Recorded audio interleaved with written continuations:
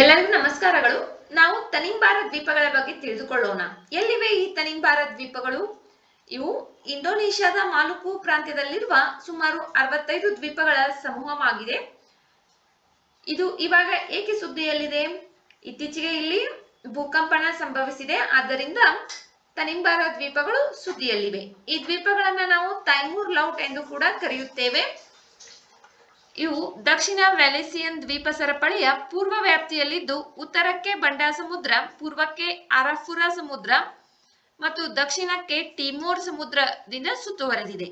ಇಲ್ಲಿ ತನಿಂಬಾರ ದ್ವೀಪಗಳು ಇಲ್ಲಿವೆ. ಉತ್ತರಕ್ಕೆ ಬಂಡಾ ಸಮುದ್ರ, ಪೂರ್ವಕ್ಕೆ ಅರಫುರಾ ಸಮುದ್ರ, ದಕ್ಷಿಣಕ್ಕೆ ತಿಮೋರ ಸಮುದ್ರ. ಇವುಗಳಿಂದ ಈ ತನಿಂಬಾರ ದ್ವೀಪಗಳು ಸುತ್ತುವರೆದಿವೆ. ತನಿಂಬಾರ ದ್ವೀಪಗಳು ಬಂಡಾ ಸಮುದ್ರ ಮತ್ತು ಅರಫುರಾ ಸಮುದ್ರವನ್ನ ಬೇರ್ಪಡಿಸುತ್ತವೆ. ತನಿಂಬಾರನ ಸ್ಥಳೀಯ ಜನರು ತಾನಿಂಬರಿಸ್, ಮೆಲನೇಷಿಯನ್ ಮತ್ತು ಏಷ್ಯನ್ ಪರಂಪರೆಯ ಅಂಶಗಳನ್ನು ಮಿಶ್ರಣ ಮಾಡುವ ವಿಶಿಷ್ಟ ಸಂಸ್ಕೃತಿಯನ್ನ ಹೊಂದಿದ್ದಾರೆ. ಅವರ ಸಾಂಪ್ರದಾಯಿಕ ಸಾಮಾಜಿಕ ರಚನೆಯು ಡುವಾನ್ ಲೋಲಾಟ್ ವ್ಯವಸ್ಥೆಯನ್ನ ಆಧರಿಸಿದೆ. ಇದು ಮದುವೆ ಸಂಪ್ರದಾಯಗಳು ಸೇರಿದಂತೆ ಸಾಮಾಜಿಕ ಸಂಬಂಧಗಳನ್ನು ನಿಯಂತ್ರಿಸುತ್ತದೆ. ಈಕಾತ್ ಬಟ್ಟೆ ಮತ್ತು ಕೆತ್ತಿದ ಮರದ ಪ್ರತಿಮೆಗಳಂತಹ ಸಾಂಪ್ರದಾಯಿಕ ಕರಕುಶಲ ವಸ್ತುಗಳು ಪ್ರಮುಖ ಸಾಂಸ್ಕೃತಿಕ ಅಭಿವ್ಯಕ್ತಿಗಳಾಗಿವೆ. ಪ್ರಧಾನ ಧರ್ಮ ಕ್ರಿಶ್ಚಿಯನ್ ಧರ್ಮವಾಗಿದ್ದು, ಕೆಲವು ಇಸ್ಲಾಮಿಕ್ ಸಮುದಾಯಗಳು ಸಹ ಅಲ್ಲಿ ವಾಸಿಸುತ್ತಿವೆ. ಪ್ರಮುಖ ನದಿಗಳ ಕೊರತೆ ಇದ್ದರೂ ದ್ವೀಪಗಳ ಮಣ್ಣು ಜೋಳ, ಅಕ್ಕಿ, ತೆಂಗಿನಕಾಯಿ ಮತ್ತು ಸಾಗೋ, ತಾಳೆ ಮರಗಳು, ಗೆಣಸುಗಳು ಮತ್ತು ವಿವಿಧ ಹಣ್ಣುಗಳಂತಹ ಬೆಳೆಗಳನ್ನ ಬೆಳೆಯಲು ಬೆಂಬಲಿಸುತ್ತದೆ. ತಾನಿಂಬರಿಸ್ ಕೃಷಿ, ಮೀನುಗಾರಿಕೆ ಮತ್ತು ಕಾಡು ಹಂದಿಗಳು, ಎಮ್ಮೆಗಳ ಸಾಂದರ್ಭಿಕ ಬೇಟೆಯ ಆಧಾರದ ಮೇಲೆ ಜೀವನಾಧಾರ ಆರ್ಥಿಕತೆಯನ್ನ ಅವಲಂಬಿಸಿವೆ.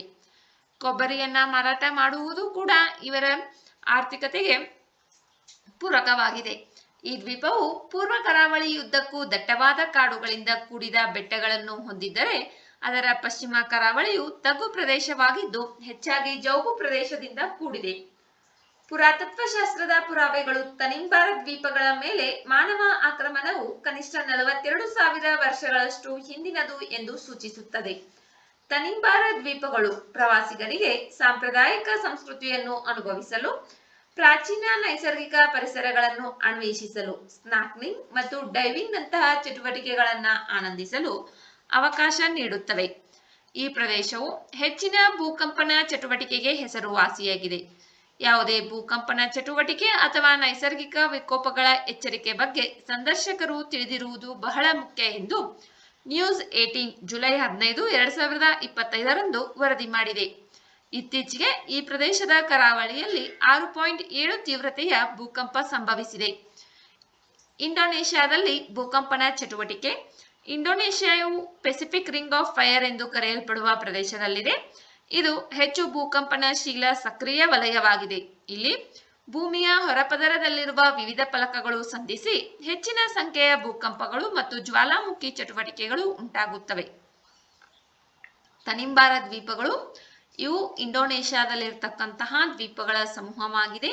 ತನಿಂಬಾರ ದ್ವೀಪಗಳು ಬಂಡಾ ಸಮುದ್ರ ಮತ್ತು ಅರಫುರಾ ಸಮುದ್ರವನ್ನ ಬೇರ್ಪಡಿಸುತ್ತವೆ.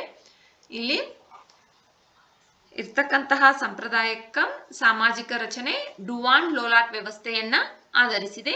ಕ್ರಿಶ್ಚಿಯನ್ ಧರ್ಮದವರು ಹಾಗೂ ಇಸ್ಲಾಮಿಕ್ ಧರ್ಮದವರು ಈ ಪ್ರದೇಶದಲ್ಲಿ ವಾಸಿಸುತ್ತಿದ್ದಾರೆ.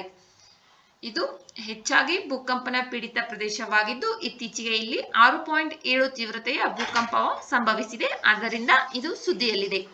ವಿಡಿಯೋದಲ್ಲಿರುವ ಮಾಹಿತಿ ಉಪಯುಕ್ತವೆನಿಸಿದರೆ ವಿಡಿಯೋಗೆ ಒಂದು ಲೈಕ್ ಮಾಡಿ. ಮತ್ತಷ್ಟು ಮಾಹಿತಿಗಾಗಿ ನಮ್ಮ ಚಾನೆಲ್ನಲ್ಲಿರುವ ವಿಡಿಯೋಗಳನ್ನ ವೀಕ್ಷಿಸಿ. ಮುಂಬರುವ ವಿಡಿಯೋಗಳು ಮತ್ತು ಮಾಹಿತಿಗಾಗಿ ನಮ್ಮ ಚಾನೆಲ್ ಅನ್ನು ಸಬ್ಸ್ಕ್ರೈಬ್ ಮಾಡಿಕೊಳ್ಳಿ. ನಿಮ್ಮ ಸ್ನೇಹಿತರೊಂದಿಗೆ ಹಂಚಿಕೊಳ್ಳಿ. ನಿಮ್ಮ ಅಮೂಲ್ಯವಾದ ಸಮಯವನ್ನ ನೀಡಿ ವಿಡಿಯೋವನ್ನ ವೀಕ್ಷಿಸಿದ್ದಕ್ಕಾಗಿ ಧನ್ಯವಾದಗಳು.